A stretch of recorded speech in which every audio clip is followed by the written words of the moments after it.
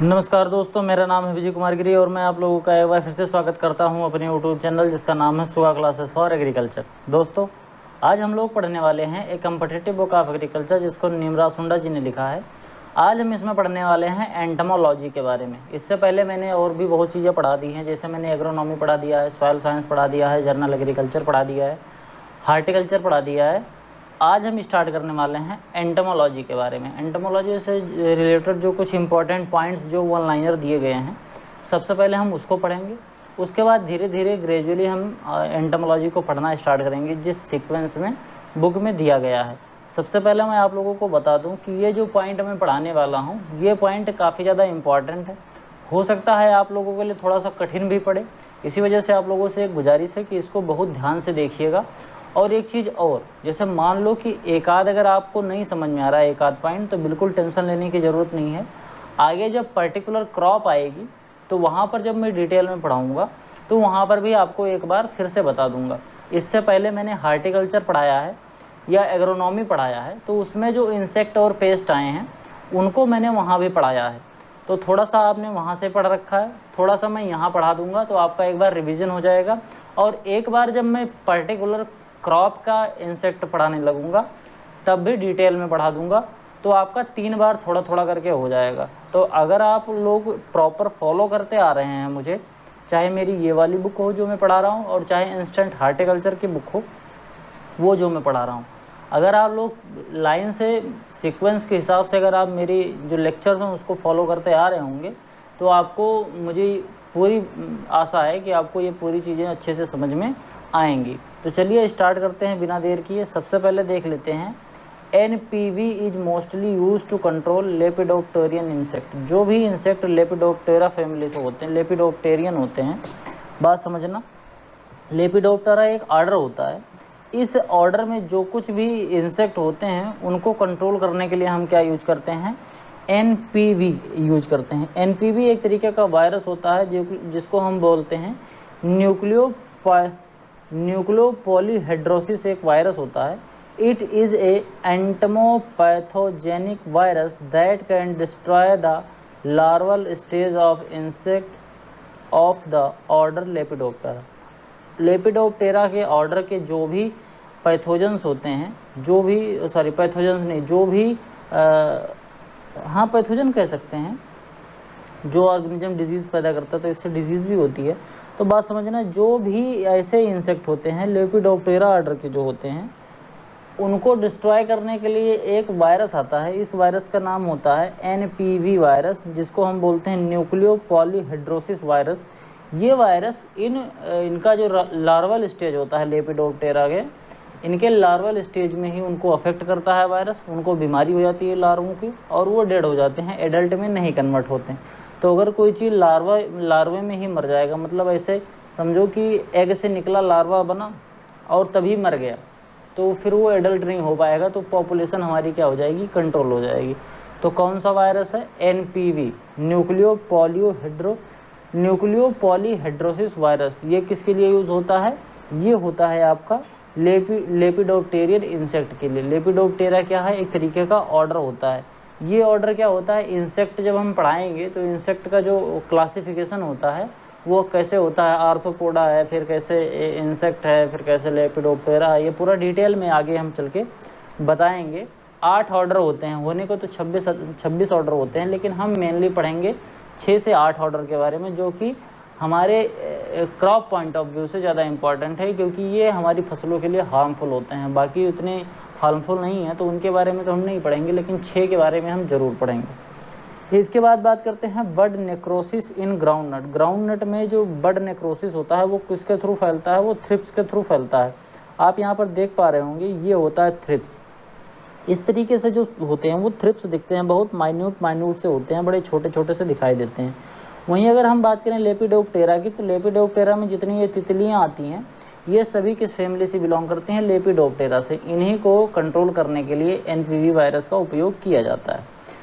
तो जो बड नेक्रोसिस है ग्राउंडनट में, वो किसके द्वारा फैलता है, वो थ्रिप्स के द्वारा फैलता है। इस तरीके का होता है, ये बड नेक्रोसिस फैलाती हैं। तो क्या होता है कि जब हमारे प्लांट में ये जाता है, तो ये जैसे मान लीजिए ये बड है, तो इस बड को क्या कर देगा, ये बड को डिस्ट्रॉय कर देता है बड को ख़राब कर देता है, इसमें नेक्रोसिस हो जाती है। जब आप ध्यान से अगर देखेंगे यहाँ पर तो आपको इसे दिख रहा होगा कि इस पर काले काले ब्लैक ब्लैक से धब्बे बन गए हैं, और मतलब ऐसे समझिए ख़राब हो रहा है बड। तो जब बड ही ख़राब हो जाएगा तो कोई नई ब्रांच निकलेगी, अगर ब्रांच की बड होगी तो ब्रांच नहीं निकलेगी, अगर पत्तियां निकलने के लिए कोई बड होगी तो पत्तियां नहीं निकलेंगी, और कहीं फ्लावर की बड होगी तो फ्लावर नहीं निकलेगा। तो ये काफ़ी ज़्यादा डिस्ट्रक्टिव होता है। क्या नाम है इसका? बड नेक्रोसिस फैलाने वाले जो इंसेक्ट है उसका क्या नाम है? उसका नाम है थ्रिप्स। ये किस में होता है? या ग्राउंड नट में होता है। तो एक चीज़ आप यहाँ से 3 चीज़ें जान सकते हैं। पहला चीज़ क्या है कि बड नेक्रोसिस होता किस में है? बड नेक्रोसिस ग्राउंड नट में होता है। बड नेक्रोसिस होता किसकी वजह से है? थ्रिप्स की वजह से होता है, थ्रिप्स फैलाता है इनको। इसके बाद हम बात करें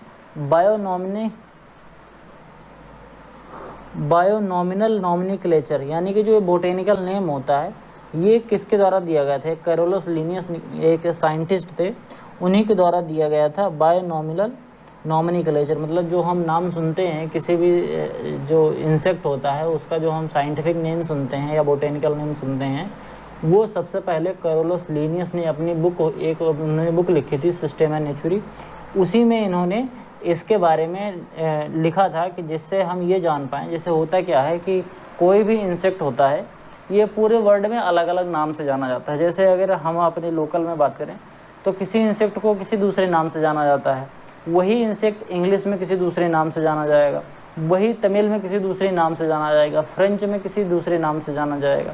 समझ पा रहे हो? तो इसी वजह से पूरे वर्ल्ड में अलग एक ही इंसेक्ट को अलग अलग नाम से जाना जाता था। तो कई बार इन्फॉर्मेशन को एक दूसरे से कम्युनिकेट करने में काफ़ी ज़्यादा प्रॉब्लम होती थी। इसी वजह से कैरोलस लिनियस ने एक तरीका निकाला कि इनका जो जीनस और स्पीसीज है उन्हीं से इनका एक नाम बना दिया है, जिससे कि लोग आराम से इसको समझ भी पाएँ। और इसके साथ साथ जब जीनस और स्पीसीज से किसी चीज़ का नाम बना रहेगा तो अगर हम क्लासिफिकेशन डिटेल में पढ़ लेंगे तो हमको ऑटोमेटिक पता चल जाएगा कि किस इंसेक्ट की या किसकी बात हो रही है। ये हम लोगों के लिए हो सकता है थोड़ा सा कठिन सा हो या लेंदी लग सकता है कि बिना मतलब का ये साइंटिफिक नेम हम याद कर रहे हैं, लेकिन इसको जब आप ब्रॉडर प्रोस्पेक्ट से देखेंगे, ऐसे देखेंगे कि हमने पूरी क्लासिफिकेशन पढ़ ली है इंसेक्ट की, पूरा डिटेल क्लासिफिकेशन हमने पढ़ रखी है, मैं एक प्रोफेसर हूँ या कोई साइंटिस्ट है। तो उस तरीके से जब कोई पढ़ता है तब उसके लिए साइंटिफिक नेम काफ़ी ज़्यादा इम्पॉर्टेंट हो जाता है, क्योंकि हम लोग उतना ज़्यादा डिटेल में पढ़ते नहीं हैं। इस वजह से हमको लग सकता है कि थोड़ा सा यह कठिन है, ये फालतू का एक और नाम दे दिया गया है। तो बिल्कुल ऐसा नहीं है। आगे बात करते हैं तो scientific name of maize stem borer.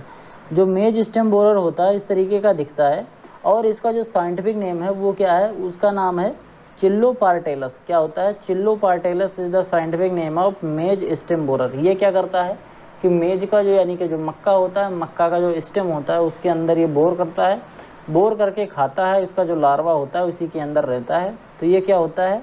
Scientific name किसका है? ये चिल्लोपार्टेलस मेज स्टेम बोरर का नाम है। आगे बात करते हैं termite control can be also be done by irrigation. Termite ये होता है, टर्माइट हम किसको बोलते हैं? दीमक को बोलते हैं। दीमक आप लोग समझते होंगे, लकड़ियाँ जब सूख जाती हैं, सूख के जब ज़मीन पर गिर जाती हैं तो उनके जो ख़राब होने का जो सबसे मेन वजह होती है, लकड़ियाँ जो सड़ती हैं उनका सबसे मेन वजह होती है टर्माइट, बोले तो दीमक लग जाती हैं और वो ख़राब कर देती हैं। तो ये टर्माइट जो होता है अगर हमारे खेत में है और हमको इमीडिएटली कंट्रोल चाहिए, तो टर्माइट को कंट्रोल करने के लिए इरिगेशन एक अच्छी व्यवस्था होती है। क्या करते हैं हम खेत में जैसे सिंचाई कर देते हैं, अगर हमारे खेत में टर्माइट लगा हुआ है तो हम खेत में सिंचाई कर देते हैं, तो क्या होता है कि जितने भी होल बनाए रहते हैं दीमक, उन सब में चला जाता है पानी, तो दीमक हमारे जो होते हैं वो मर जाते हैं। लेकिन थोड़ी सी और इसमें दिक्कत होती है कि जैसे हम इरिगेशन करेंगे तो टर्माइट जितने हैं वो सब के सब तो मरेंगे नहीं, एक आध ज़्यादातर तो मर जाएंगे, डूब के मर जाएंगे, सांस फूल जाएगी, ऑक्सीजन नहीं मिलेगा तो मर जाएंगे। लेकिन अगर 2-4 भी अगर वो बच गए, इधर उधर पत्तियों पर लटक गए या कहीं ऐसे कि पानी में नहीं डूबे हैं, तो वो अंडे इतनी तेज़ी से देते हैं कि आने वाले 10 से 15 दिन में फिर से फैल जाएंगे। उनकी जनसंख्या बहुत तेज़ बढ़ती है, तो बहुत ही एक्सपोनेंशियली वो ग्रो करते हैं। इसी वजह से हम फ्रिक्वेंटली अगर इरिगेशन करते रहें तो हम थोड़ा सा कंट्रोल कर सकते हैं, वरना इसको कंट्रोल करने के लिए हमें किसी केमिकल का यूज करना पड़ेगा जिससे हम इसको कंट्रोल कर पाएँ। इसके बाद अगर हम आगे बात करते हैं, द चीफ एक्सक्रेटरी ऑर्गन, मतलब जो उत्सर्जन का अंग होता है किसी भी इंसेक्ट के अंदर, वो क्या होता है, उसका नाम होता है मैलपीजियन ट्यूब्यूल्स। बात समझना ध्यान से। जैसे ही कोई जीव होता है, हर जीव के अंदर एक एक्सक्रेटरी ऑर्गन होता है, मतलब एक उत्सर्जन का अंग होता है। जब हम कोई चीज़ खाते हैं तो उसको हम बाहर निकालते हैं, तो बाहर निकालने के लिए हर आदमी के अंदर एक एक्सक्रेटरी ऑर्गन होता है। जैसे हमारी बॉडी में क्या होता है, एनस होता है, उसके बाद यूरिन के लिए अलग होता है। इसके साथ साथ हमारी जो त्वचा होती है, इससे जो पसीना निकलता है, ये भी हमारा एक उत्सर्जन का अंग होता है। उसके बाद हमारे जो बाल हैं और हमारे नाखून हैं, ये भी एक तरीके के उत्सर्जन होते हैं। तो ये हमारे बॉडी में डिफरेंट टाइप के होते हैं। इसी तरीके से जो इंसेक्ट होते हैं, इनके अंदर भी एक मैलपीजियन ट्यूब्यूल्स होता है। ये मेजर एक्सक्रेटरी ऑर्गन होते हैं किसी भी इंसेक्ट के। बात समझना, ये मैं तब पढ़ाऊँगा जब आपको मैं डाइजेस्टिव सिस्टम पढ़ाऊँगा। तो डाइजेस्टिव सिस्टम में, इंसेक्ट का जो डाइजेस्टिव सिस्टम है उसमें मैं डिटेल में पढ़ा दूंगा। वैसे अगर आप चाहते हैं कि जो एंटोमोलॉजी है वो अच्छे से आप लोग पढ़ पाएँ, तो मैं आप लोगों से एक चीज़ और सजेस्ट करूंगा। आप चैनल में जाएंगे तो चैनल में आपको एक लिस्ट मिलेगी, फंडामेंटल्स ऑफ एंटोमोलॉजी। उसमें मैंने 6 से 7 लेक्चर, 8 लेक्चर पढ़ाए हैं। उसको अगर आप देख लेंगे तो उसमें मैंने मेजर जो इंसेक्ट की चीज़ें हैं, जैसे उसका डाइजेस्टिव सिस्टम है, रेस्पिरेटरी सिस्टम है, और उसकी क्लासिफिकेशंस हैं, और इसके साथ साथ जो एंटेनी के क्लासिफिकेशंस हैं, एंटेनी के मॉडिफिकेशंस हैं, ये सब मैंने उसमें बहुत डिटेल में पढ़ाया है। माउथ के मॉडिफिकेशंस हैं, ये सब डिटेल में पढ़ाया है। तो अगर आप लोग वहाँ से भी एक बार देख लेंगे तो आपको बहुत ज़्यादा सुविधा होगी।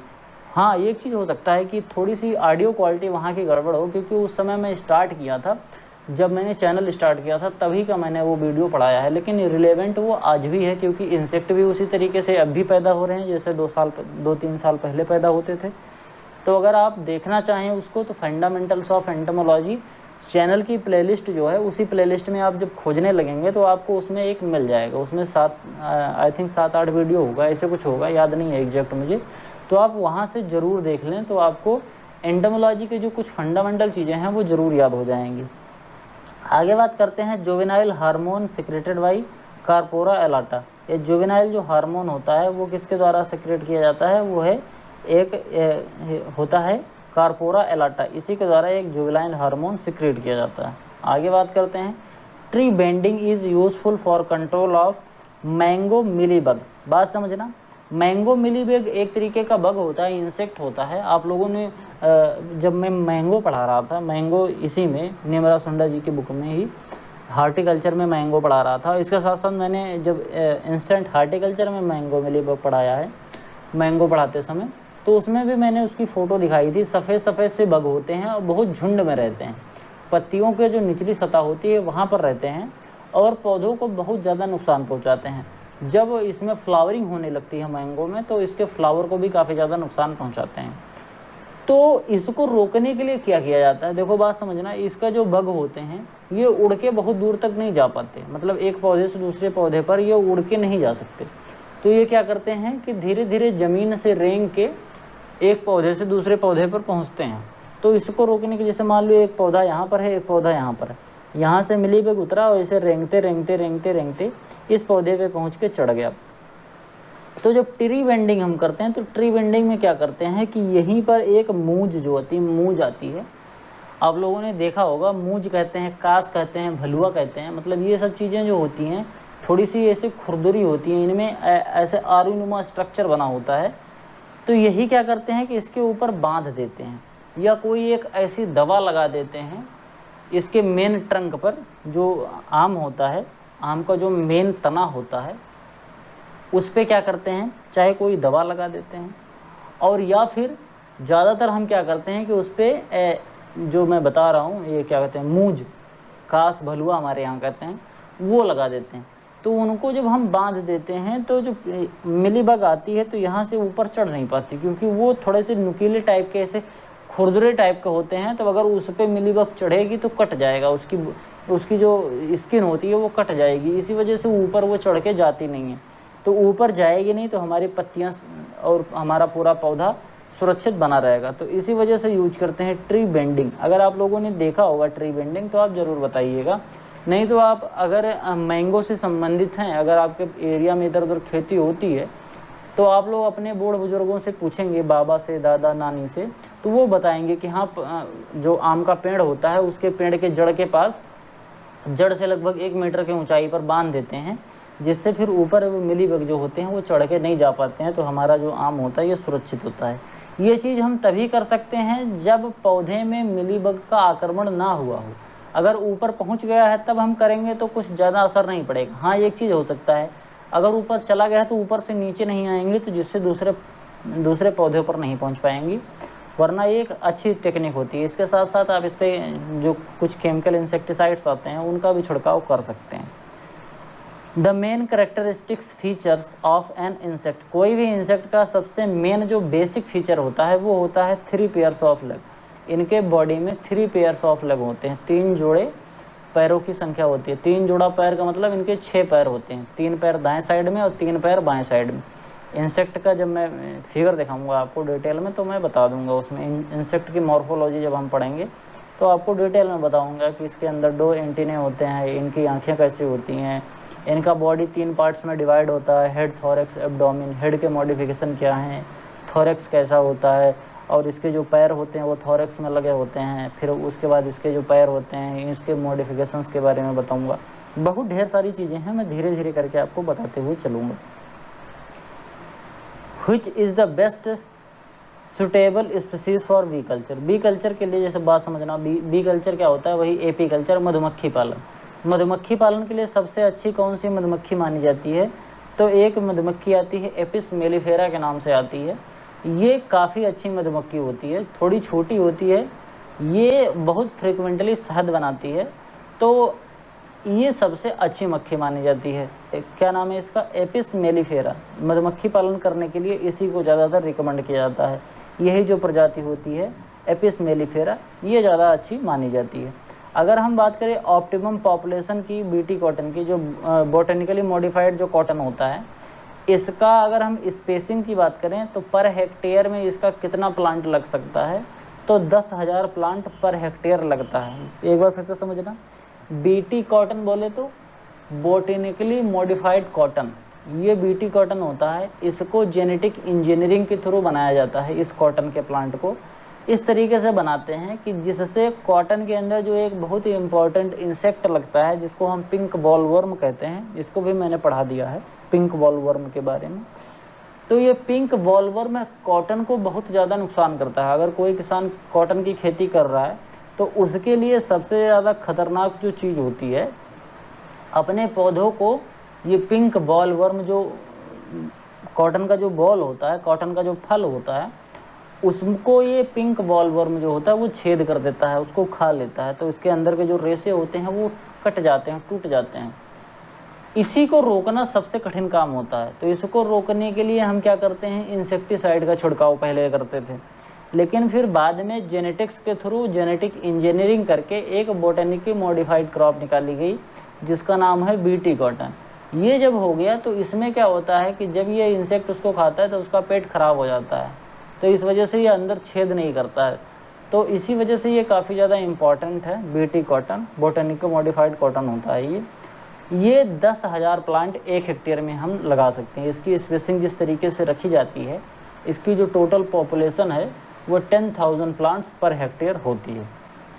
आगे हम बात करते हैं largest size of honey B. जो भी हनी बी होती है, 6 तरीके की हनी बी होती है, उसमें जो सबसे इम्पॉर्टेंट हनी बी होती है वो तो मैंने बता दिया, एपिस मेलिफेरा होती है।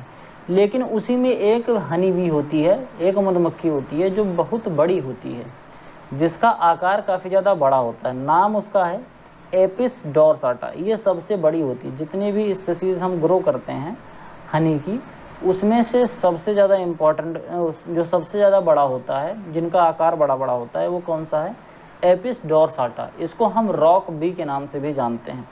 आगे बात करते हैं ब्रोमेडियोलिन 0.005% इज़ एन इफेक्टिव रोडेंटिसाइड। मतलब ये जो दवा है ये क्या करती है, रोडेंटिसाइड के रूप में यूज करते हैं। रोडेंटिसाइड का क्या मतलब होता है, मतलब जो चूहे को रोकती है।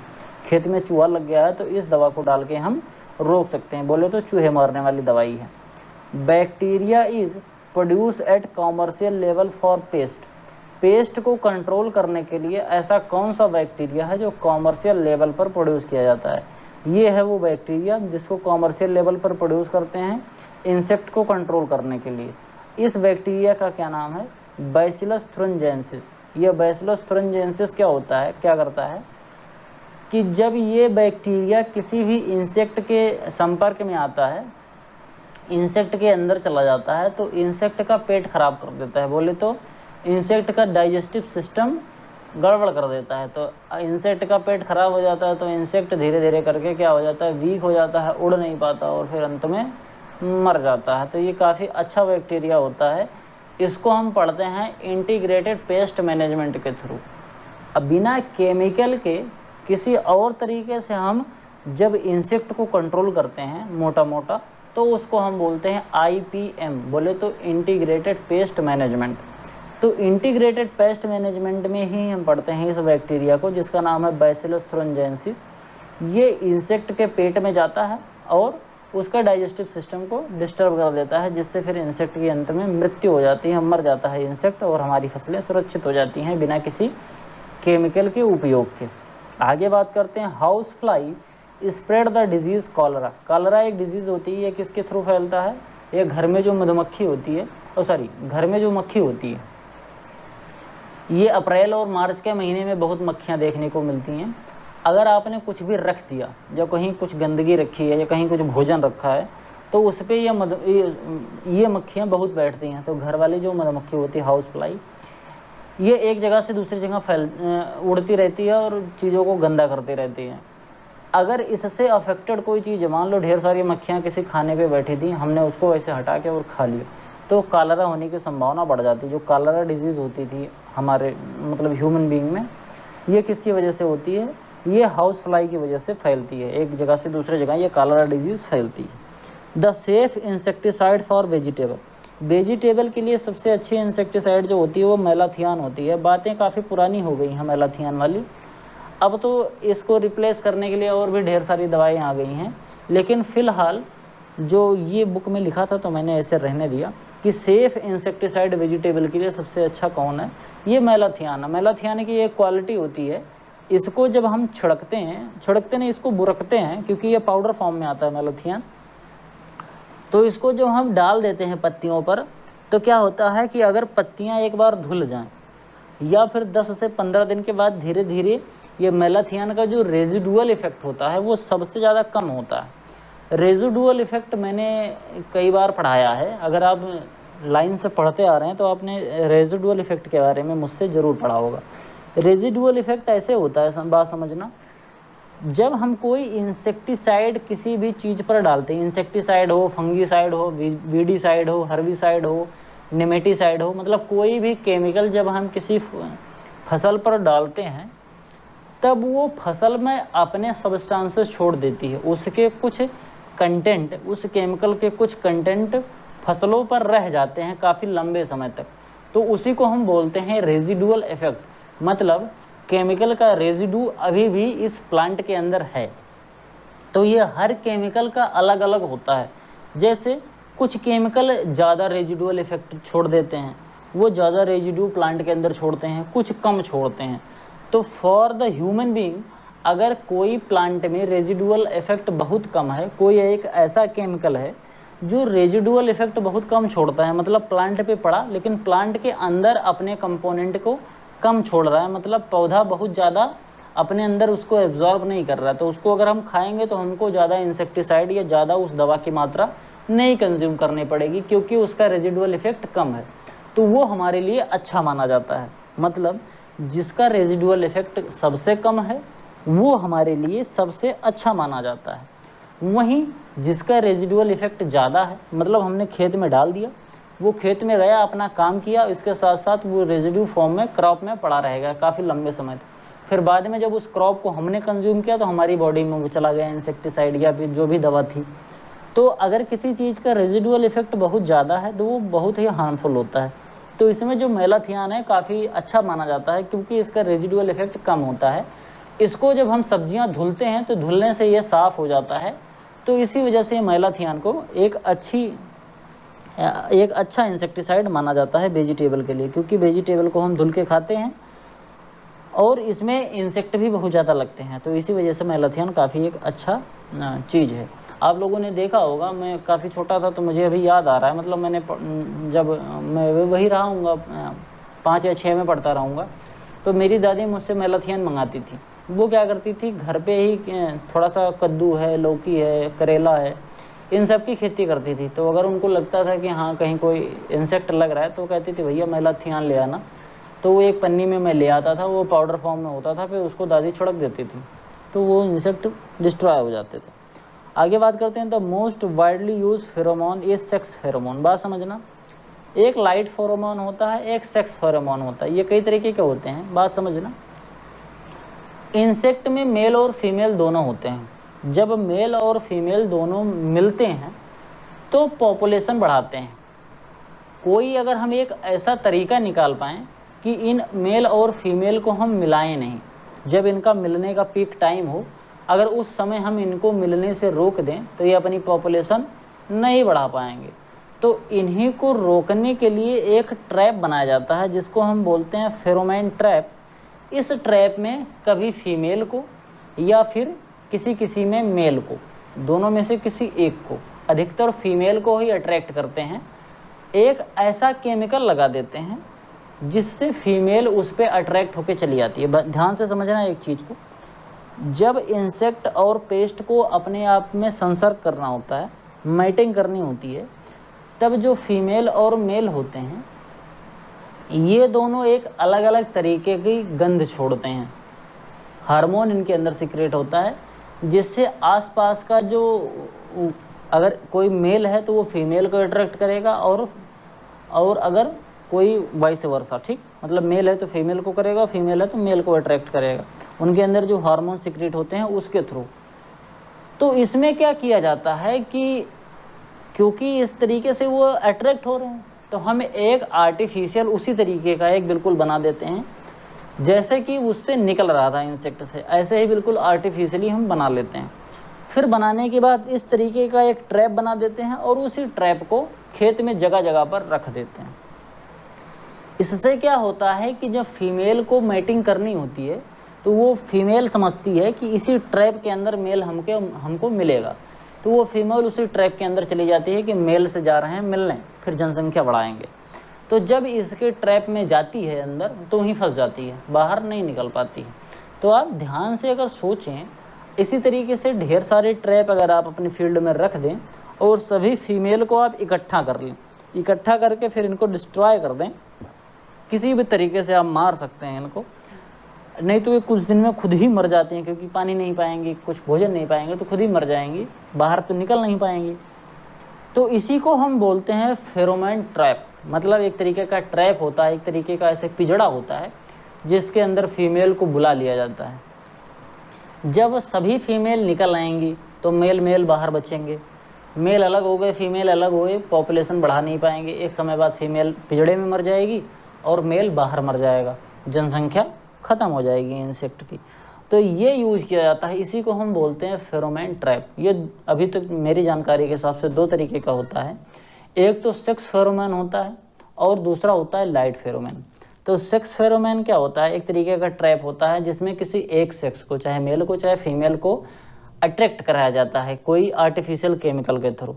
और दूसरा होता है लाइट फेरोमोन। आपने देखा होगा कि जब कहीं भी लाइट जल रही होती है रात में तो बहुत ढेर सारे इंसेक्ट उसी लाइट के आसपास मंडराते रहते हैं, आके उड़ते रहते हैं। तो उनको अट्रैक्ट करने के लिए हम लाइट ट्रैप का यूज करते हैं। उसमें एक तरीके का लाइट लगा देते हैं और एक ट्रैप बना देते हैं, और उसी ट्रैप की सतह जो होती है उसी सतह पर हम ग्लू चिपका देते हैं।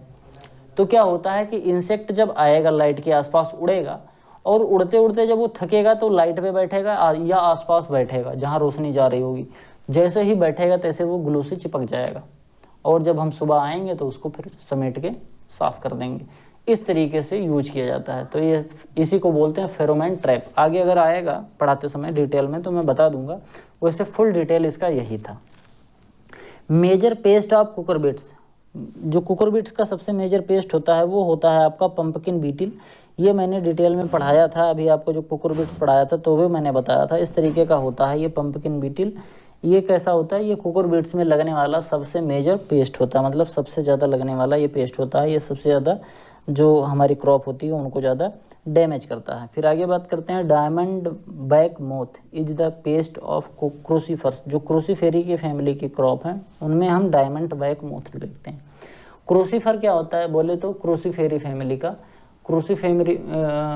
क्रूसीफेरी फैमिली में क्या क्या आता है, फूल गोभी, पत्ता गोभी, गांठ गोभी, ब्रोकली, समझिए, सरसों, ये सब आता है क्रूसीफेरी में। तो इसमें एक बीमारी लगती है, क्या नाम है इसका, diamond back moth, sorry diamond back moth. ये एक तरीके का इंसेक्ट होता है, ये लगता है। आगे बात करते हैं, the ball God is transgenic cotton. Ball God क्या होता है, एक वैरायटी होती है। ये कैसा है, बॉल गॉड क्या होता है, एक वैरायटी है कॉटन की। कैसी वैरायटी है, ट्रांसजेनिक कॉटन होता है, मतलब जेनेटिकली मॉडिफाइड कॉटन की वैरायटी है। आगे बात करते हैं, most suitable fumigant for quarantine purpose is methyl bromide.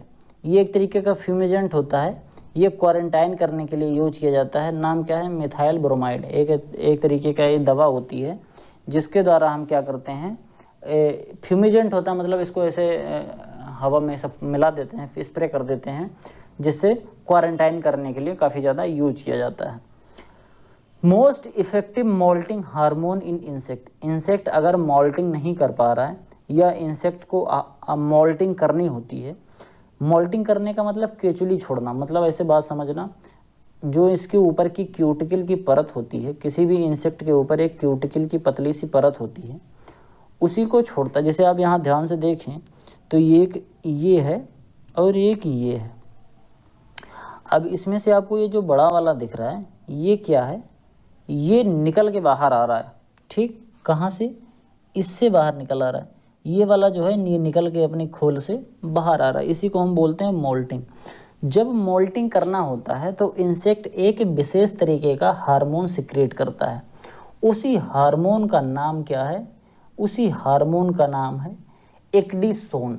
एक्डिसोन क्या होता है, एक तरीके का मोल्टिंग हार्मोन होता है जो कि इंसेक्ट अपने बॉडी से सिक्रेट करते हैं, जिससे कि वो आराम से मोल्टिंग कर पाएँ।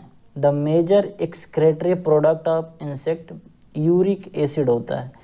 इंसेक्ट जो अपनी बॉडी से मेन चीज़ निकालता है, उत्सर्जन जो करता है मेलपिगियन ट्यूब्यूल्स से, तो मेलपिगियन ट्यूब्यूल से जो चीज़ें निकालता है उसमें सबसे ज़्यादा कंसंट्रेशन, सबसे ज़्यादा कौन सी चीज़ होती है, उसमें सबसे ज़्यादा यूरिक एसिड होती है। यही निकालते हैं इंसेक्ट, और भी चीज़ें निकालते हैं लेकिन सबसे ज़्यादा मात्रा यूरिक एसिड की होती है। इसी के बाद हम बात करें, Nosema disease of honey B is caused by protozoa. एक हनी बी के अंदर एक नोसेमा डिजीज़ होती है, एपी कल्चर पढ़ाऊँगा तो डिटेल में बता दूँगा। नोसेमा डिजीज़ में एक प्रोटोजोआ के थ्रू होता है, उस प्रोटोजोआ का नाम है नोसेमा एफिस। एफिस से नाम समझ सकते हैं कि एफिस मेलिफेरा, एफिस मेलिफेरा, तो इससे आप याद कर सकते हैं कि एफिस लगा हुआ है तो कोई वो चीज़ है जो क्या कहते हैं हनी बी से संबंधित है। तो ये क्या है, एक तरीके का प्रोटोजोआ है नोसेमा एफिस, जो कि नोसेरा डिजीज़ लगाने के लिए उत्तरदायी होता है। ये नोसेरा डिजीज़ लग जाती है अपनी हनी बी में, जिससे हमारी हनी बी की पॉपुलेशन घटती है और काफ़ी ज़्यादा डैमेज करती है हमारे हनी बी को। आगे बात करते हैं, silver suit and onion leaf.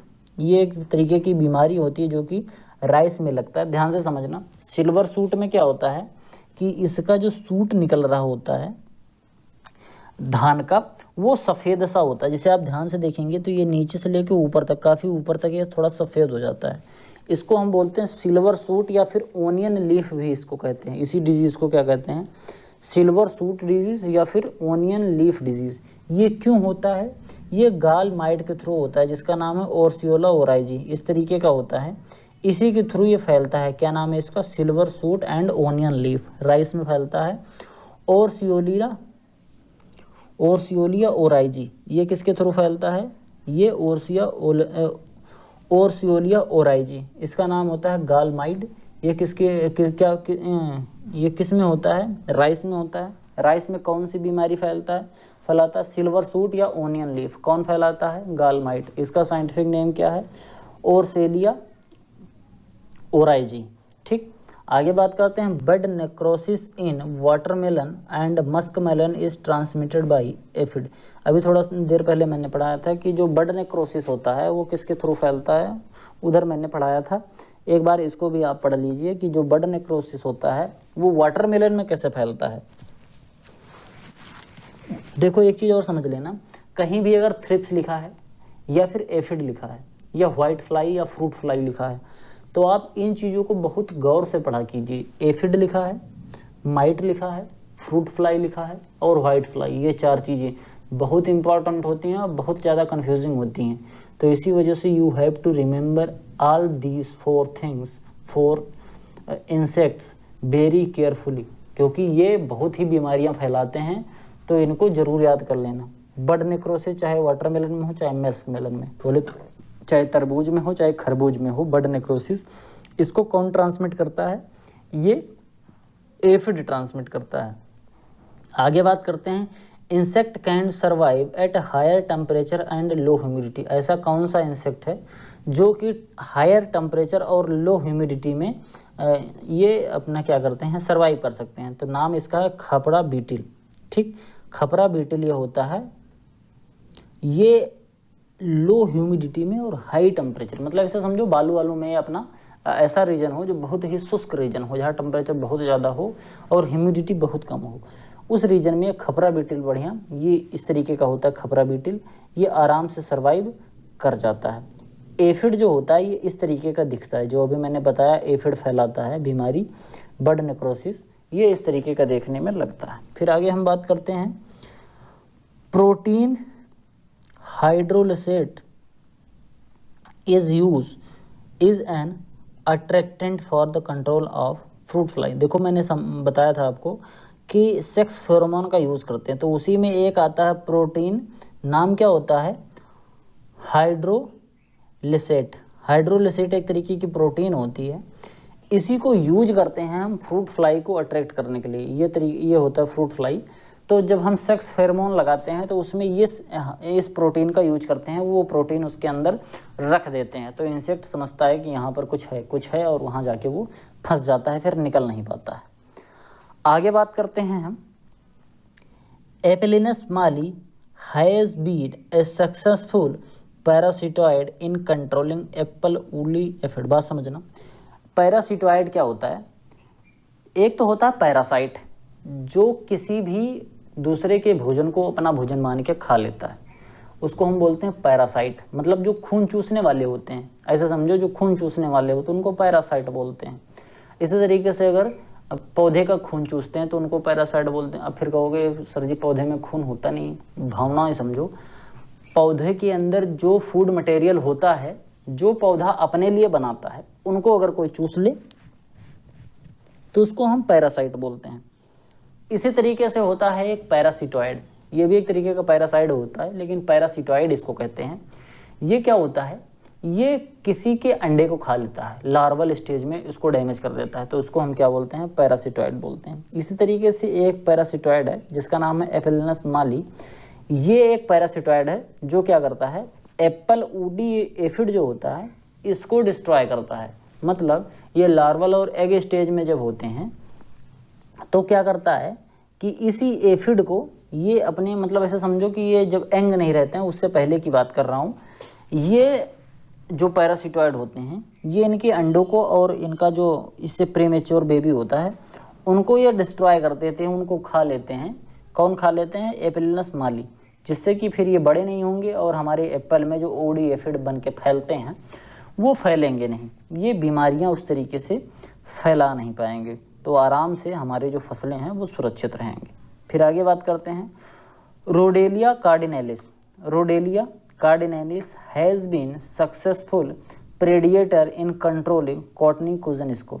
Cottony cushion scale इस तरीके के एक इंसेक्ट होता है, इसको कंट्रोल करने के लिए क्या करते हैं? रोडेलिया कार्डिनेलिस एक तरीके का यह प्रेडिएटर होता है, इसका यूज़ करते हैं। ये क्या कर देता है? इसके जो चाइल्ड होते हैं, इसका जो अंडा होता है उसको डैमेज करता है, तो इसको हम प्रेडिएटर बोलते हैं। ठीक, the infestation of which insect start from the field. Field में किसका इन्फेस्टेशन किस इंसेक्ट का स्टार्ट होता है? नाम है अंग्योमोइस ग्रेन मोथ। ये तरीके का एक ग्रेन मोथ होता है। ये क्या करता है, ये स्टार्ट होता है पहले फील्ड में ये थोड़ी सी बीमारी इसमें लग जाती है, अंगोमोस ग्रेन मोथ। बात क्या होता है कि जब हमारी फसल मेन फील्ड में रहती है तभी ये इंसेक्ट हमारे फसल का जो ग्रेन होता है उसको डैमेज करना स्टार्ट कर देता है।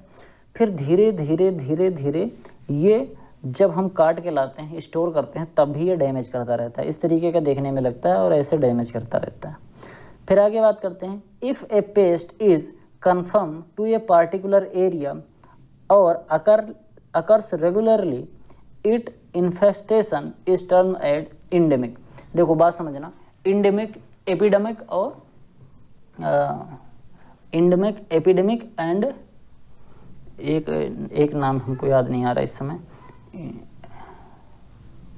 एक नहीं याद आ रहा है नाम हमको, इंडेमिक, एपिडेमिक, अभी हो सकता है थोड़ी देर में याद आए। 3 तरीके की बीमारियां फैलती हैं। इनको मैंने पढ़ा दिया है आपको, जो मैंने वो पढ़ाया था, क्या कहते हैं, fundamentals of pathology, introductive plant pathology, उसमें मैंने पढ़ा दिया है। तो इंडेमिक में क्या होता है, अगर कोई एक ऐसी डिजीज़ है जो किसी एक पार्टिकुलर एरिया में, मतलब एक किसी छोटी सी जगह में फैल रही है और बार बार फैल रही है, हर सीजन में फैल रही है, तो उसको क्या बोलते हैं, इंडेमिक डिजीज़। फिर आगे बात करते हैं, the toxin produce by Bacillus thuringiensis interferes with the insect digestive system. वो मैंने बताया कि इसका इंसेक्ट का डाइजेस्टिव सिस्टम ख़राब कर देता है और इंसेक्ट फिर डेड हो जाता है। आगे बात करते हैं phase theory of locust. Locust की जो फेज थ्योरी है वो किसने दी थी? वो दी थी युवारो ने 1921 में इसको दिया था। ये क्या है? Phase theory of locust. फिर आगे बात करते हैं, the headquarters of directorate of plant protection, quarantine and storage is located and Faridabad Haryana. ये फरीदाबाद हरियाणा में 1946 में इस्टेब्लिश किया गया था। क्या नाम है इसका? Directorate of plant protection, quarantine and storage. ये कहाँ पर है? फरीदाबाद हरियाणा में है। आगे बात करते हैं, Epiricania melanoleuca. Epiricania melanoleuca is a lepidopteran parasitoids effective against sugarcane Pyrilla. Sugarcane में एक बीमारी लगती है, सॉरी बीमारी नहीं, एक इंसेक्ट लगता है जिसको हम बोलते हैं शुगर कैन पायरिल्ला। इसका साइंटिफिक नेम होता है पायरिल्ला परप्यूसिल्ला। ये क्या करता है, इसके लिए एक पैरासिटॉइड का यूज़ करते हैं, नाम है उसका एपेरिसेनिया मेलोनेल्यूका। ये पैरासिटॉइड क्या करता है, शुगर कैन पायरिल्ला को इनिशियल स्टेज में जब ये अंडा होता है या उसका बेबी होता है तभी इसको डैमेज कर देता है। तो हमारा जो ये पायरिल्ला है ये बड़ा नहीं हो पाता, तो हमारी जो फसल होती है वो सुरक्षित रहती है। ये भी एक तरीके के IPM है, बोले तो इंटीग्रेटेड पेस्ट मैनेजमेंट का एक तकनीक होता है। फिर आगे बात करते हैं, enforcement of law for the control of insect paste in India is govern by destructive insect and paste. कोई भी इंसेक्ट इंडिया में डिस्ट्रक्टिव है, इनको कंट्रोल करना बहुत ज़रूरी है, इनको व्यापक रूप से कंट्रोल किया जाए, इसके लिए एक बॉडी काम करती है, उसका नाम है, एक एक्ट काम करता है, उस एक्ट का नाम है destructive insect and paste act. इस एक्ट के थ्रू ही किसी चीज़ को गवर्न किया जाता है कि हाँ ये जो इंसेक्ट है ये हमारे लिए हार्मफुल है और ये इंसेक्ट हमारे लिए हार्मफुल नहीं है। तो वो किसके द्वारा गवर्न किया जाता है? Destructive insect and paste act 1914। आगे बात करते हैं, राइस स्टेम बोरर। इस तरीके का होता है राइस स्टेम बोरर, जिसका साइंटिफिक नेम है Scirpophaga incertulas, is a absolute monophagous pest of rice. इसको मैंने जब पढ़ाया था राइस तो बताया था, क्या नाम है? साइरोफोगा इंसर्टुलस। ये क्या करता है? एक तरीके का एब्सोल्यूट या मोनोफेगस पेस्ट है। कहने का मतलब अपनी पूरी जीवनी, पूरी लाइफ साइकिल, ये इंसेक्ट अपनी पूरी लाइफ साइकिल केवल राइस के ही प्लांट पर कंप्लीट करता है, ये किसी दूसरे प्लांट पर नहीं जाता, राइस पर ही अपनी पूरी साइकिल ये कंप्लीट करता है। अगर इसको राइस नहीं मिलेगा, राइस का प्लांट, तो ये दूसरे प्लांट पे जाके सर्वाइव नहीं कर पाएगा, मर जाएगा। इसीलिए इसको बोलते हैं मोनोफैगस पेस्ट। तो मोनोफैगस पेस्ट कौन सा है? Rice stem borer. इसका जो साइंटिफिक नेम है वो क्या है? स्ट्राइपोफैगा इंसर्टुलस। आगे बात करते हैं वेक्टर ऑफ राइस। राइस का जो vector of rice tungro in green, rice के अंदर एक टुंड्रू डिजीज़ लगती है, इस तरीके का टुंड्रू डिजीज़ होता है, देखने में इस तरीके का लगता है टुंड्रू डिजीज़। ये फैलता क्यों है? ये ग्रीन लीफ हॉपर के थ्रू फैलता है। ये आपका ग्रीन लीफ हॉपर होता है। ग्रीन लीफ हॉपर फैलाता है राइस में क्या? टुंड्रू डिजीज़। टुंड्रू डिजीज़ कैसे होता है? इस तरीके का सिम्टम प्रोड्यूस करता है, जो प्लांट होता है वो पीला हो जाता है, उसकी पत्तियाँ, और उसकी ग्रोथ रुक जाती है। ऐसा लगता है कि जैसे जिंक की कमी हो गई है। केवल इतना ही अंतर होता है कि अगर जिंक की कमी होगी तो पूरे खेत में होगी, लेकिन अगर ये डिजीज़ से अफेक्ट होगा, अगर इस टुंड्रू वायरस से अफेक्ट होगा, इस वायरस से, ये टुंड्रू एक वायरस होता है, अगर इस वायरस से अफेक्टेड है तो जो अफेक्टेड पार्ट होगा, जो प्लांट अफेक्टेड होगा, केवल वहीं पर ये सिम्टम देखने को मिलेंगे। ये किसकी वजह से फैलता है? ये वायरस जो होता है वो ग्रीन लीफ हॉपर की वजह से फैलता है। ये ग्रीन लीफ हॉपर क्या करता है? एक जगह से दूसरी जगह पर वायरस को ले जाता है। ग्रीन लीफ हॉपर जो होता है, इसके अगर हम साइंटिफिक नेम की बात करें तो इसका जो साइंटिफिक नेम होता है वो होता है नेफोटेथिक्स वेरिसेंस। क्या होता है? नेफोटेथिक्स वेरिसेंस। ये होता है ग्रीन लीफ हॉपर का साइंटिफिक नेम। फिर आगे हम बात करते हैं वेक्टर ऑफ राइस। राइस के अंदर जो ग्रासी स्टंट होता है ये इस तरीके से होता है, बहुत ढेर सारा ग्रोथ हो जाता है। बात समझना, जो राइस होता है इसका प्लांट में ग्रोथ तो बहुत ढेर सारी हो जाती है, मतलब बहुत ढेर सारी ब्रांचेस हो जाती हैं, लेकिन ये बढ़ता नहीं है, मतलब छोटा हो जाता है, ऐसे घास नुमा बन जाता है। जैसे अगल बगल में आप देखेंगे तो अगल बगल के जो पौधे हैं वो बड़े बड़े हैं, लेकिन ये देखिए पौधे बहुत छोटे छोटे हैं। तो ये ग्रासी स्टंट क्यों होता है? ये ब्राउन प्लांट हॉपर की वजह से होता है। इसका जो वेक्टर है, इसको जो फैलाने वाला है वो कौन है? Brown plant hopper. बहुत ध्यान से याद करना, टुंगरू डिजीज़ कौन फैलाता है? Green leaf hopper. और ग्रासी स्टंट कौन फैलाता है? ये brown plant hopper. Brown plant hopper का जो साइंटिफिक नेम होता है वो क्या होता है? Nilaparvata lugens. Nilaparvata lugens is the scientific name of brown plant hopper which is a vector of spreading rice grass stunt. ठीक, आगे हम बात करते हैं chaffy grain with black spot in rice are due to gundhi bug. Gundhi bug एक तरीके का insect होता है, इस तरीके का गंधी बग होता है, नाम होता है इसका लेप्टोकैरिका एक्यूटा। ये क्या करता है? चेफी ग्रेन, इस तरीके का ग्रेन और ब्लैक स्पॉट राइस के अंदर प्रोड्यूस करता है। चेफी ग्रेन या ब्लैक स्पॉट, इस तरीके का आपको जो धान होता है वो धान में इस तरीके का आपको सिम्टम देखने को मिलेगा। ये सिम्टम फैलाने के लिए कौन रिस्पॉन्सिबल होता है? ये जो डिजीज़ होती है ये फैलाता है राइस का जो गंधी बग होता है। गंधी बग इस तरीके का दिखता है, नाम इसका होता है लेप्टोकैरिका एक्यूटा। आगे बात करते हैं इन राइस गंधी बग मोस्टली डैमेज कब होता है? किस स्टेज में ये गंधी बग डैमेज करती है? तो मिल्की स्टेज में करती है।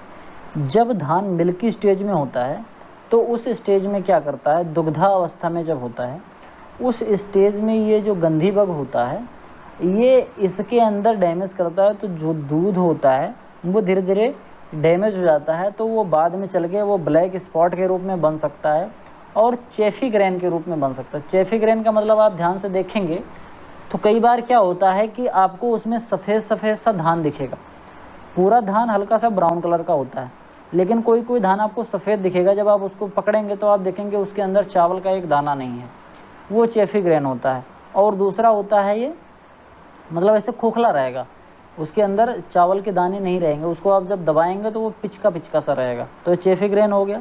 और ब्लैक स्पॉट इस तरीके का आपको दिखता है। ये दोनों किसकी वजह से फैलता है? राइस गंधी बग। गंधी बग का जो साइंटिफिक नेम है वो क्या है? लेप्टोकैरिका एक्यूटा। ये फैलता कब है? मिल्की स्टेज में, यानी कि धान की जब दुग्धा अवस्था होती है तब ये फैलता है। Serious paste of wheat. Wheat का सबसे जो सीरियस पेस्ट होता है वो टर्माइट होता है। ये होता है मतलब गेहूं का सबसे खतरनाक जो पेस्ट होता है वो टर्माइट होता है। ये जो स्टेम जो वीट होता है, गेहूं जो होता है, उनका पहले जड़ खराब करता है, फिर जड़ को ख़राब करते करते फिर धीरे धीरे पूरे पौधे को ही ख़राब करने लगता है। आगे बात करते हैं वीट स्टेम बोरर। जो वीट स्टेम बोरर होता है जिसका नाम है सिसेमिया इन्फरेंस। क्या होता है? सिसेमिया इन्फरेंस। ये क्या है? वीट का स्टेम बोरर है। ये कब अटैक करता है? ये रात में अटैक करता है। वीट का स्टेम बोरर क्या होता है? वीट का स्टेम बोरर इस तरीके का दिखता है। ये अटैक कब करता है? अंधेरे में अटैक करता है। इसका जो साइंटिफिक नेम है वो क्या है? सिसेमिया इन्फरेंस होता है। एक चीज़ मैं ध्यान से आपको बता रहा हूँ, इसमें ढेर सारे इंसेक्ट के साइंटिफिक नेम है, ढेर सारी डिजीज़ हैं, वो डिजीज़ किन पौधों में लग रही हैं ये चीज़ है, कौन सी डिजीज़ कौन सा इंसेक्ट फैलाता है, ये सब चीज़ें बहुत डिटेल में हैं। मैंने थोड़ी सी जल्दी पढ़ा रहा हूँ, तो ये आप बिल्कुल नहीं करिएगा कि आप छोड़ के चले जाएं। अगर आपको सही से जानना है तो आपको इसको पढ़ना पड़ेगा। एक चीज़ मैं और बता दूं, ज़्यादातर जो क्रॉप से पूछे जाते हैं डिजीज़ या इंसेक्ट या साइंटिफिक नेम, वो जो मैं पढ़ा रहा हूँ इसी में से पूछे जाते हैं। मतलब ये जो पहला लेक्चर है, it is the most important lecture for entomology in the book of Nemraj Sunda. Nemraj सुंडा जी के बुक में जो पहला लेक्चर एंटमोलॉजी का, ये वाला जो मैं पढ़ा रहा हूँ, ये बड़ा भले है लेकिन बहुत ज़्यादा इम्पॉर्टेंट है। तो एक बार मैं आपसे ये गुजारिश करूँगा कि अगर आप लोगों को एक बार में नहीं समझ में आए तो आप इसको 2 बार 3 बार 4 बार फ्रीक्वेंटली इसको देखें, इसको बार बार सुने। तो इसको सुनने से आपको बार बार इसका जो साइंटिफिक नेम है वो याद हो जाएगा। ये याद हो जाएगा, जैसे मैंने मान लो गंधी बग बोल दिया, तो गंधी बग किस में लगता है? गंधी बग आपका राइस में लगता है। कैसे पढ़ेंगे, कैसे याद करेंगे? तो इस तरीके से आप बार बार इसको पढ़ के याद कर सकते हैं डिटेल में। जैसे मैंने बोल दिया टुंडू डिजीज़ किसकी वजह से लगता है? ये लगता है ग्रीन लीफ हॉपर की वजह से। गंधी जो, तो ये जो चीज़ें हैं, ग्रास स्टैंड किसकी वजह से लगता है? ये ब्राउन प्लांट हॉपर की वजह से लगता है।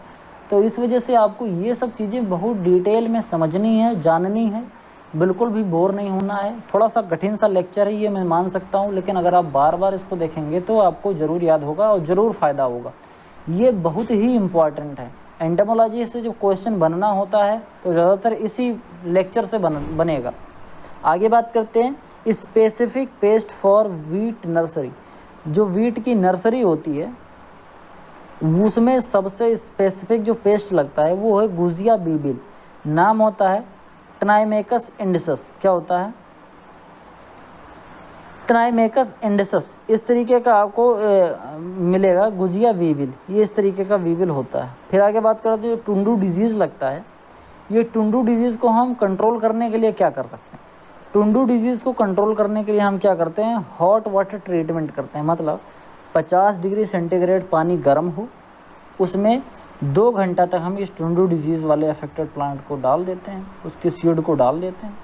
तो हमारा जो टुंडू डिजीज़ है, इससे हमारा जो फसल होती है वो सुरक्षित हो जाती है। बात समझना। टुंडू डिजीज़ से कंट्रोल करने के लिए हॉट वाटर ट्रीटमेंट यूज करते हैं।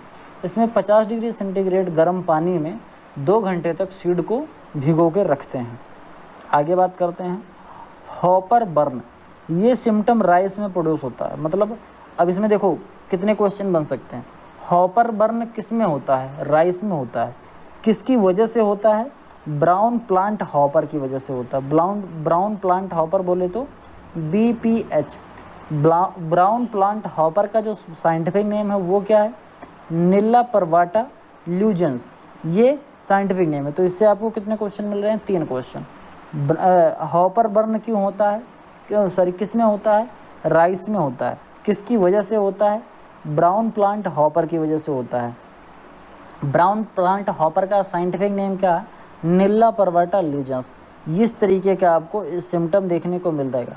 जब हॉपर बर्न लगता है किसी भी राइस में तो आपको इस तरीके का सिम्टम देखने को मिलेगा। जहाँ पर हॉपर आके जहाँ पर फसलों को डैमेज करता है तो इस तरीके का डैमेज कर देगा। अगल बगल की फसलें आपकी सुरक्षित रहेंगी, लेकिन जहाँ पर ये हॉपर का इन्फेक्शन होगा, जहाँ पर हॉपर ने आके डैमेज किया है, वहाँ पर ये ऐसे लगेगा, बिल्कुल ऐसे सूख जाएगा। ठीक। Vector of cotton leaf virus. Cotton का जो लीफ वायरस है, कॉटन में अंदर जो वायरस फैलता है, ये किसकी वजह से फैलता है? कॉटन लीफ वायरस फैलाने का एक जो इम्पॉर्टेंट इंसेक्ट है वो है वाइट फ्लाई। सफ़ेद मक्खी जो होती है ये फैलाता है। नाम इसका बेमेसिया टोबैकी है। वाइट फ्लाई का जो साइंटिफिक नेम है वो क्या है? बेमेसिया टोबैकी है। यह किसको फैलाता है? ये कॉटन लीफ वायरस को फैलाता है। हर लाइन से 1, 2 से 3 क्वेश्चन बन रहे हैं तो ज़रूर याद कर लेना। लीफ वायरस किस में कॉटन लीफ वायरस अगर हम पूछें कॉटन लीफ कैसी डिजीज़ है जो लीफ में लगती है, कॉटन की लीफ में, वो कैसी डिजीज़ है? एक वायरल डिजीज़ है। ये किसके थ्रू फैलता है? व्हाइट फ्लाई के थ्रू फैलता है। इसका साइंटिफिक नेम क्या है व्हाइट फ्लाई का? बेमेसिया टोबैकी है। आगे बात करते हैं। Flaring of squares in cotton due to spotted bollworm Earias vittella. Earias vittella की वजह से स्पॉटेड वॉलवर्म जिसको हम कहते हैं, यह फ्लेयरिंग ऑफ स्क्वायर होता है। फ्लेयरिंग ऑफ स्क्वायर के अंदर क्या होता है कि जो कॉटन होता है वो पहले ही खुल जाता है। कॉटन का ये गुच्छा होता है, ये पहले ही खुल जाता है, मैच्योर नहीं होता तभी खुल जाता है। स्पॉटेड बॉलवर्म की वजह से होता है। स्पॉटेड जो बॉलवर्म होता है वो कैसे होता है? ये इसका जो साइंटिफिक नेम है स्पॉटेड बॉलवर्म का, वो क्या है? Earias vittella. आगे बात करते हैं। Rosetting of cotton flowers due to pink bollworm. Rosetting जो होता है कॉटन के अंदर वो क्यों होता है? रीसेटिंग क्यों होता है? वो होता है पिंक वॉलवर्म की वजह से। पिंक वॉलवर्म का जो साइंटिफिक नेम है वो होता है पेक्टिनोफोरा गोसिफिल्ला। इसी की वजह से जेनेटिकली मॉडिफाइड कॉटन बनाया गया था, इसको हम बॉल गार्ड कहते हैं, क्योंकि ये बीमारी बहुत खतरनाक होती है। क्या नाम होता है? पिंक वॉलवर्म। इस तरीके का होता है। ये क्या करता है कि ये जो बॉल होता है कॉटन का उसको छेद कर देता है। ये बॉल है कॉटन का, इसके अंदर छेद कर देता है और इसको डैमेज कर देता है। तो बॉलवर्म जो पिंक बॉलवर्म होता है वो किसकी वजह से होता है? इसकी वजह से रीसेटिंग हो जाती है।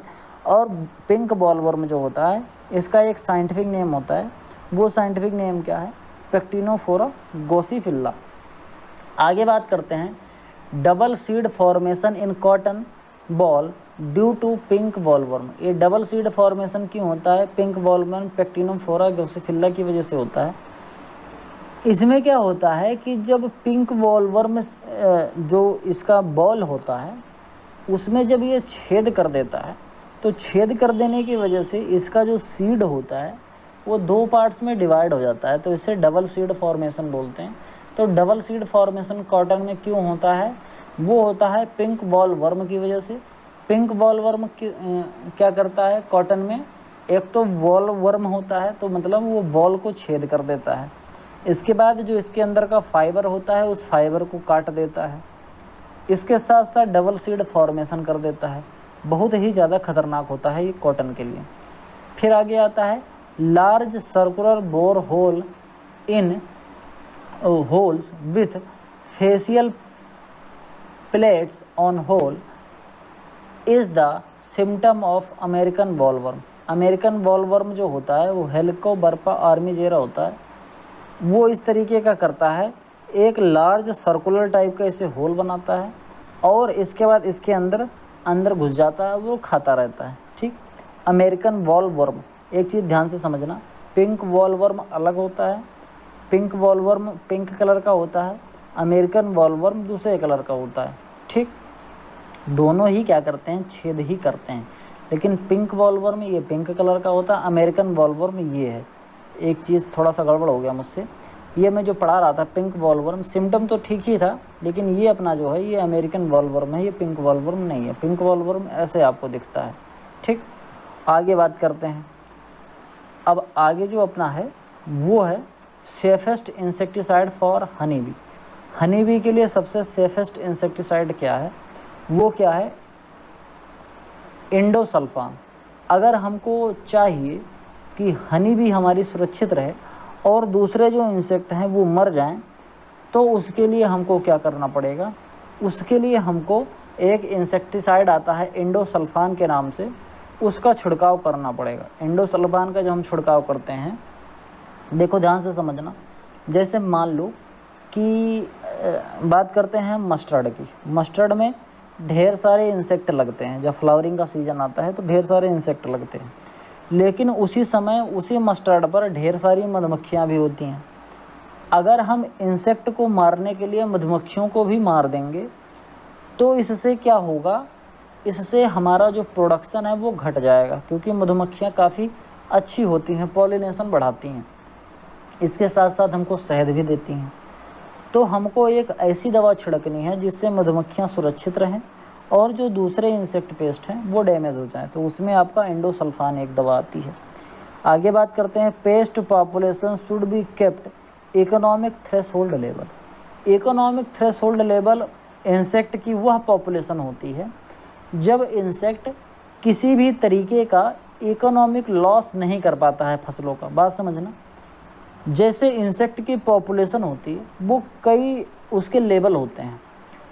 इकोनॉमिक थ्रेशोल्ड लेवल की अगर हम बात करें तो ये थ्रेशोल्ड लेवल ऐसा होता है, अगर इसके ऊपर पॉपुलेशन जाएगी, जैसे मान लो किसी भी इंसेक्ट का इकोनॉमिक थ्रेशोल्ड लेवल 100 है, ध्यान से समझना, इकोनॉमिक थ्रेशोल्ड लेवल 100 है, तो कहने का मतलब अगर 1 हेक्टेयर में केवल 100 रहेंगे, पेस्ट के पॉपुलेशन 100 रहेगी, तो वो पौधों को बहुत कम नुकसान करेंगे, या हम ऐसे कह सकते हैं कि पौधों को इकोनॉमिक नुकसान नहीं पहुंचाएंगे। मतलब कि उसमें जो इकोनॉमिक नुकसान यानी कि पैसे के रूप में हमारा नुकसान नहीं कर पाएंगे, यानी कि हमारा प्रोडक्शन नहीं घटेगा, पौधे की क्वालिटी नहीं घटेगी, जो हम प्रोड्यूस करेंगे उसकी प्रोडक्ट की क्वालिटी नहीं घटेगी, वो होता है इकोनॉमिक थ्रेशोल्ड लेवल। तो इंसेक्ट की जो पेस्ट की जो पॉपुलेशन है वो कितनी होनी चाहिए, इकोनॉमिक थ्रेशोल्ड लेवल से नीचे होनी चाहिए। अगर इसके ऊपर हुई, जैसे 100 के नीचे है, तब तो सुरक्षित है हमारी फसल, चलो ठीक है, थोड़ा बहुत तो इंसेक्ट होते ही हैं, हम सबको कंट्रोल नहीं कर सकते, नहीं तो पता चला जितने का कंट्रोल, जितने की हमारी बचत नहीं होगी उससे ज़्यादा तो हम पैसा लगा देंगे इनको कंट्रोल करने में। तो इकोनॉमिक थ्रेशोल्ड लेवल से अगर नीचे कोई चीज़ रहेगी तो हमको उसे कंट्रोल करने की ज़रूरत नहीं है, लेकिन अगर जैसे उसके ऊपर बढ़ेगी तो इसका मतलब हमको इसको डिस्ट्रॉय करना पड़ेगा, अदरवाइज़ ये जो पेस्ट फैल रहा है ये इकोनॉमिकली हमें हार्मफुल हमारे लिए हार्म करेगा, मतलब हमारे लिए नुकसानदेह होगा, हमारी फसलों के लिए नुकसानदेह होगा। तो जैसे ही 100 से ऊपर गया पॉपुलेशन, तैसे हम इसको क्या करते हैं कि तुरंत ही अब इसमें कंट्रोल मेजर लगाओ, पेस्ट की जनसंख्या को कंट्रोल करो, चाहे जिस तरीके से, ठीक।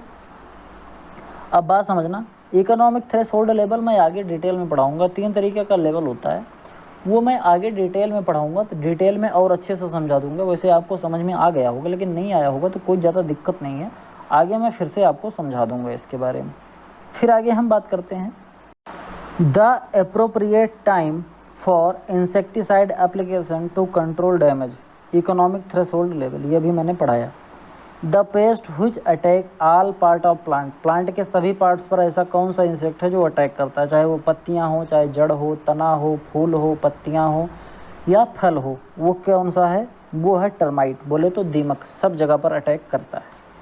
वाइट ग्रब इस तरीके का दिखता है, ये प्रेफर करता है अपने अंडे देने के लिए कहाँ पर, सैंडी या सैंडी लोम सॉइल में, चाहे सैंडी सॉइल हो, बलुई मिट्टी हो या बलुई दोमट मिट्टी हो, इसी में देता है अपना अंडा। कौन, वाइट ग्रब इस तरीके का दिखता है, ये अपना अंडा कहाँ देता है, चाहे सैंडी सॉइल हो चाहे सैंडी लोम सॉइल हो, मतलब मिट्टी में अपना अंडा ये देता है। Paste which has a status of international paste, ऐसा कौन सा पेस्ट है जिसको हम इंटरनेशनल पेस्ट कहते हैं, मतलब इसको इंटरनेशनल पेस्ट का ओहदा प्राप्त है, ऐसे समझिए, इसको इंटरनेशनल पेस्ट का टैग दिया गया है। एक चीज़ और ध्यान से समझना, इंसेक्ट पेस्ट दोनों अलग अलग चीज़ें होती हैं, ये मैंने आपको डिटेल में आगे समझा देना है, किसी दिन मैं आपको डिटेल में समझा दूंगा इंसेक्ट किसे कहते हैं, पेस्ट किसे कहते हैं, क्लासिफिकेशन पढ़ा दें तो फिर बता देंगे। कुछ ऐसी चीज़ें हैं जो आपको नहीं समझ में आ रही होंगी, तो प्लीज़ आप थोड़ा सा सब्र करिए, आगे सब कुछ आपका क्लियर हो जाएगा। जब एंटोमोलॉजी आपकी ख़त्म होगी तब तक आपको एंटोमोलॉजी से रिलेटेड जो भी चीज़ें हैं वो सब आपको बिल्कुल क्लियर हो जाएगी, किसी भी तरीके की कोई समस्या नहीं रहेगी। बात करते हैं इंटरनेशनल पेस्ट का जो टैग है वो किसे प्राप्त है, स्टेटस किसे प्राप्त है, वो है डेजर्ट लोकस्ट, इस तरीके का होता है डेजर्ट लोकस्ट।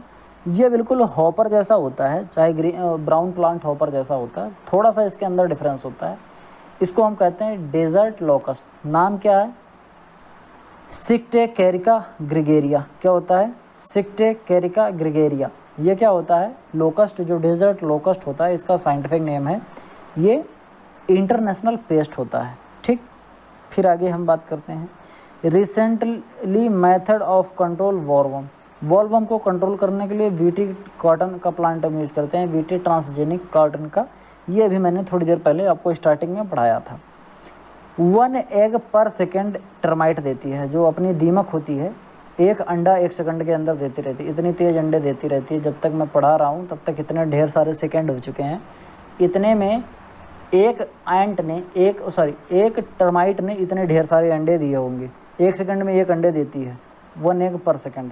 तो आप ऐसे समझ सकते हैं कि इनकी पॉपुलेशन कितनी तेज़ी से बढ़ती है। इसी वजह से मैंने कहा कि अगर इरिगेशन से इनको कंट्रोल करेंगे तो 10-15 दिन में जैसे पानी इधर ख़त्म होगा वैसे फिर इनकी पॉपुलेशन बढ़ जाएगी। लेकिन हाँ, बिना किसी दवा के इसको कंट्रोल कर सकते हैं, तो ये फ्रीक्वेंट इरिगेशन एक अच्छा मेथड माना जा सकता है।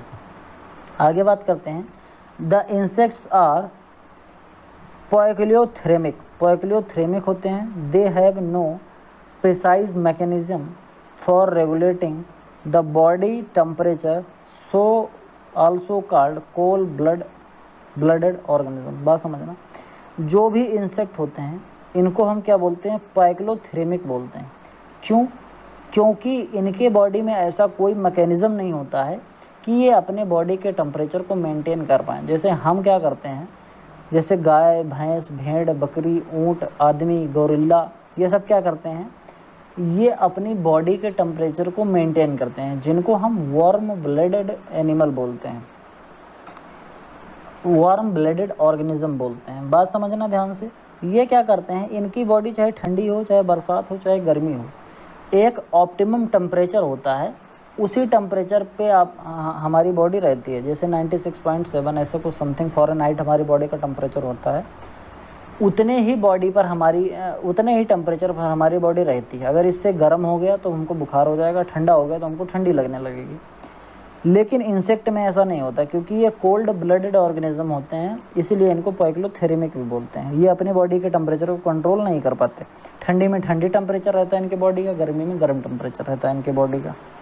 आगे बात करते हैं, the total heat required for the completion of physiological process in the life history of a species to considered a constant, a thermal constant। बात समझना, एक टोटल हीट की रिक्वायरमेंट किसी भी फिजियोलॉजिकल प्रोसेस में, पूरी लाइफ में किसी एक स्पीसीज को देने में जो ज़रूरत होती है उसको हम क्या बोलते हैं, थर्मल कांस्टेंट बोलते हैं। द टोटल हीट रिक्वायर्ड मतलब टोटल हीट की रिक्वायरमेंट किसी को कंपनसेशन करने के लिए, किसी की फिजियोलॉजिकल प्रोसेस को लाइफ हिस्ट्री में, किसी एक स्पीसीज़ को, उसको हम क्या बोलते हैं, थर्मल कांस्टेंट बोलते हैं। आगे बात करते हैं, control of weeds by biological agent known as para biological control. बात समझना, किसी भी वीड को, मतलब किसी भी खरपतवार को अगर कंट्रोल करने के लिए हम किसी बायोलॉजिकल एजेंट का इस्तेमाल करते हैं, किसी एक ऐसे इंसेक्ट या पेस्ट का इस्तेमाल करते हैं जो उन खरपतवारों को खा के डैमेज कर दे, उसको हम क्या बोलते हैं, इस प्रक्रिया को हम बोलते हैं पैरा बायोलॉजिकल कंट्रोल। ठीक, international institute of biological control in West Indies, international institute for Biological Control, ये कहाँ पर है, यह वेस्ट इंडीज़ में है, जो 1927 में बनाया गया था। क्या नाम है, international institute of biological Control. ये कहाँ पर है, वेस्ट इंडीज़ में, जो कि 1927 में बनाया गया था। International Organisation for Biological Control, International Organisation for Biological Control, ये कहाँ पर है, ये ज्यूरिख स्विट्ज़रलैंड में है। स्विट्ज़रलैंड एक कंट्री है, वहाँ पर एक जगह है ज्यूरिख, वहाँ पर है। आगे बात करते हैं, क्रिप्टोबायोसिस क्या होता है। Cryptobiosis a phenomena when insect become quiescent due to adverse climatic condition and slow not visible sign of metabolic activity. बात समझना, क्रिप्टोबायोसिस में क्या होता है, जब कोई भी इंसेक्ट या कोई भी पेस्ट, जब वो बहुत ही एडवर्स क्लाइमेटिक कंडीशन में पहुंच जाता है, जब उसके लिए फेवरेबल कंडीशन नहीं रहता है, जब उसको ऐसा लगता है बस किसी तरीके से अपना जीवन बचाए रहें, मर नहीं जाएं, क्योंकि टेम्परेचर या क्लाइमेटिक कंडीशन जो है वो बहुत ही एडवर्स हो गया है, बहुत ही प्रतिकूल हो गया है। उस कंडीशन में इंसेक्ट और पेस्ट क्या करते हैं कि अपना मेटाबॉलिज्म जो होता है वो बहुत ही कम कर दें, मतलब सांस लेना, बढ़ने का या और भी जो प्रक्रियाएं हुई, जितना भी मेटाबॉलिज्म वाली प्रक्रियाएं हैं वो बहुत ही स्लो कर देती हैं। इसी को हम बोलते हैं क्रिप्टोबायोसिस। क्रिप्टोबायोसिस में जाके ये अपने आप को सुरक्षित रख पाते हैं काफ़ी लंबे समय तक। क्रिप्टोबायोसिस में चले जाएंगे तो किसी एक जगह पर सुरक्षित बैठे रहेंगे, ऐसे लगेगा कि जैसे ये मर गए हैं, लेकिन ये मरे नहीं रहते हैं, ये किस में चले गए होते हैं, क्रिप्टोबायोसिस में चले गए होते हैं। ठीक, आगे बात करते हैं limnetic zone, the open water zone to the depth of effective light penetration. बात समझना, लिमिनेटिक जोन क्या होता है? ओशियन में जो पानी होता है, ओशियन में जो वाटर होता है उसमें जब सनलाइट पेनिट्रेट करती है, मतलब ओशियन के पानी में, ओशियन के वाटर में जब सनलाइट बहुत नीचे तक जाती है तो एक निश्चित दूरी तक जाने के बाद जो सनलाइट है वो जाना बंद कर देती है। तो सनलाइट ओशियन में जितनी गहराई तक जाती है उस जोन को बोलते हैं लिमिनेटिक जोन, मतलब वो लास्ट पॉइंट होता है, उसके बाद सनलाइट नीचे नहीं जाती है, उसके बाद नीचे अंधेरा ही अंधेरा होता है, तो उसको क्या बोलते हैं? लिमिनेटिक जोन बोलते हैं, ओपन वाटर जोन। ठीक, जहाँ पर लाइट पेनिट्रेशन हो पाती है। आगे बात करते हैं वैक्स मॉथ, इस तरीके का होता है most serious paste of apiculture. Apiculture में अभी मैंने बताया था वैक्स मॉथ जो होता है ग्लेयर्सिया मेलोनेला। बात समझना, ग्लेरिया गड़बड़ हो गया, ग्लेरिया मेलोनेला, ग्लेरिया मेलोनेला, ग्लेरिया मेलोनेला, वैक्स मॉथ, ग्लेरिया मेलोनेला। ये क्या होता है? ये सबसे ज़्यादा सीरियस पेस्ट होता है एपीकल्चर में, बोले तो मधुमक्खी पालन में। फिर आगे बात करते हैं corbicula, hand leg of honey bee. Honey bee का जो हैंड लेग होता है, ये हैंड लेग क्या होता है वो मैं आपको जो लेग बढ़ाऊंगा, जो जैसे मैंने 3 पेयर ऑफ लेग बताए थे इंसेक्ट में, तो हैंड लेग क्या होता है ये मैं बताऊंगा आपको डिटेल में। तो हनी बी का जो हैंड लेग होता है वो क्यूबिकुला, उसको हम किस नाम से जानते हैं? क्यूबिकुला जो हैंड लेग होता है हनी बी का, उसको किस नाम से जानते हैं? ऑरिकल नाम से जानते हैं। बात समझना, हैंड लेग जो कि क्यूरिकुला के नाम से जानते हैं, इसको हनी बी में किस नाम से जानते हैं? तो ये जानते हैं एवरिकल। ठीक, एवरिकल नाम से जानते हैं। काफ़ी कठिन सा था, काफ़ी ज़्यादा दिक्कत हुई होगी आपको समझने में, इस वजह से मैं आपसे गुजारिश करूँगा अगर आपको एक बार में नहीं समझ में आया हो तो आप बार बार देखिए। और दूसरी चीज़, अगर कुछ चीज़ें इसमें छूट गई हैं, आपको नहीं समझ में आ रही, तो आपको बिल्कुल चिंता करने की ज़रूरत नहीं है। जितने पॉइंट यहाँ पढ़ाए गए हैं ये पूरे एंटोमोलॉजी पढ़ाते समय फिर से एक बार आएंगे, तो मैं वहाँ पर भी आपको डिटेल में पढ़ा दूँगा।